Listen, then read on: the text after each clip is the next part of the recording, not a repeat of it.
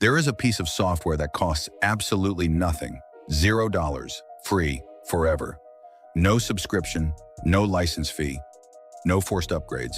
And right now, governments across Europe, Asia, and Africa are quietly replacing billion-dollar Microsoft contracts with it.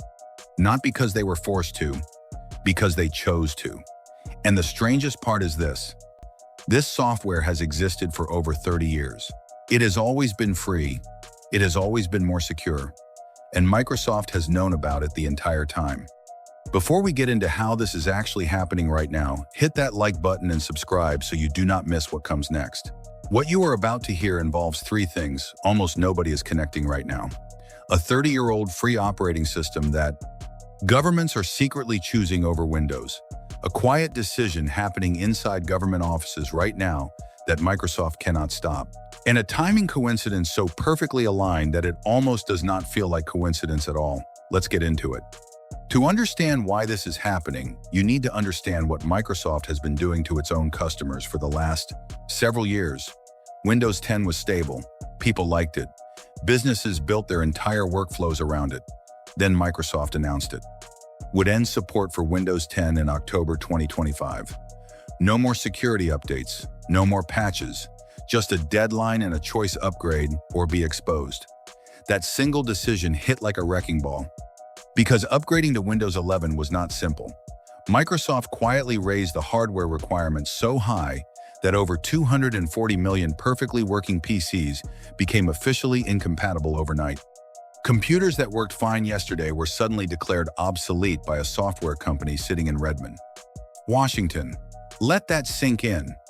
240 million machines, not broken, not slow, just incompatible with Microsoft's new rules. There was no negotiation, no exception, no phone call that could undo this. It was not a temporary inconvenience. It was a permanent forced choice disguised as a routine upgrade. And that forced choice is exactly what set everything that follows into motion. Now here is where most people assume the story gets boring, because the alternative that started gaining attention was Linux. And if you have heard of Linux before, you probably heard one of two things. Either it is something only programmers use, or it is too complicated for normal people. Critics said it for years. Journalists wrote it off. Tech forums laughed at anyone who suggested Linux could ever compete with Windows on the average person's desk. And honestly, for a long time they were right. Early Linux required command line knowledge most people never wanted. App compatibility was a nightmare. Games barely worked. Hardware support was inconsistent. The average person tried it once, got confused, and went straight back to Windows. But what almost nobody outside a small group of developers understood was that those versions were never the finished product. They were the foundation. And foundations are built to hold something much bigger on top. Because while critics were busy dismissing Linux as a hobbyist toy, something was quietly happening behind closed doors. Valve, the company behind Steam, spent years building a compatibility layer called Proton. Its entire purpose was to make Windows games run perfectly on Linux. Not approximately, not partially, perfectly. Today, over 70% of Steam's entire game library runs on Linux. That is more than 15,000 games. The #1 barrier that kept regular people chained to Windows for 20 years, gone. Quietly, without a single headline. At the same time, distributions like Ubuntu, Mint, and Pop! OS spent years making Linux look and feel like something anyone could use on day one. No command line. No complicated setup. Just install and work. Think about what Apple did linking iPhone, Mac, and iPad into one seamless experience. Linux did something similar. It quietly solved every single problem that made normal people say no. One by one, over years, without asking for permission or headlines. And this is exactly where the story stops being about a free operating system and starts being about who controls the software running on your computer. Here is a number that should genuinely make you stop scrolling.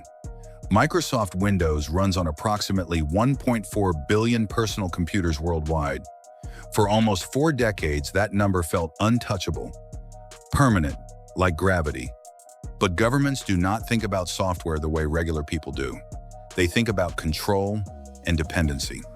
And what happens when the company whose software runs their entire national infrastructure decides to change the rules overnight? Germany's government already began migrating thousands of computers to Linux. France's parliament made the switch. The city of Munich moved 15,000 computers off Windows. India's government formally recommended Linux alternatives for public sector use. Nobody wants their entire national computer infrastructure depending on a decision made by one company in one country for reasons completely outside their control. And here is the timing coincidence that makes this moment feel almost designed. Windows 10, end of life in 2025. Hardware requirements that made 240 million machines obsolete. Forced upgrade costs hitting government budgets at the exact same moment Linux finally became genuinely ready for everyday use. Timing like that does not come around often.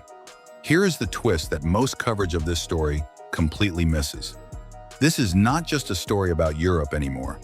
China is pushing Linux-based systems across government offices as direct response to American software dependency. Russia has been running its own Linux distribution called Red OS across state organizations. South Korea, Brazil, and multiple African governments have active Linux migration programs running right now.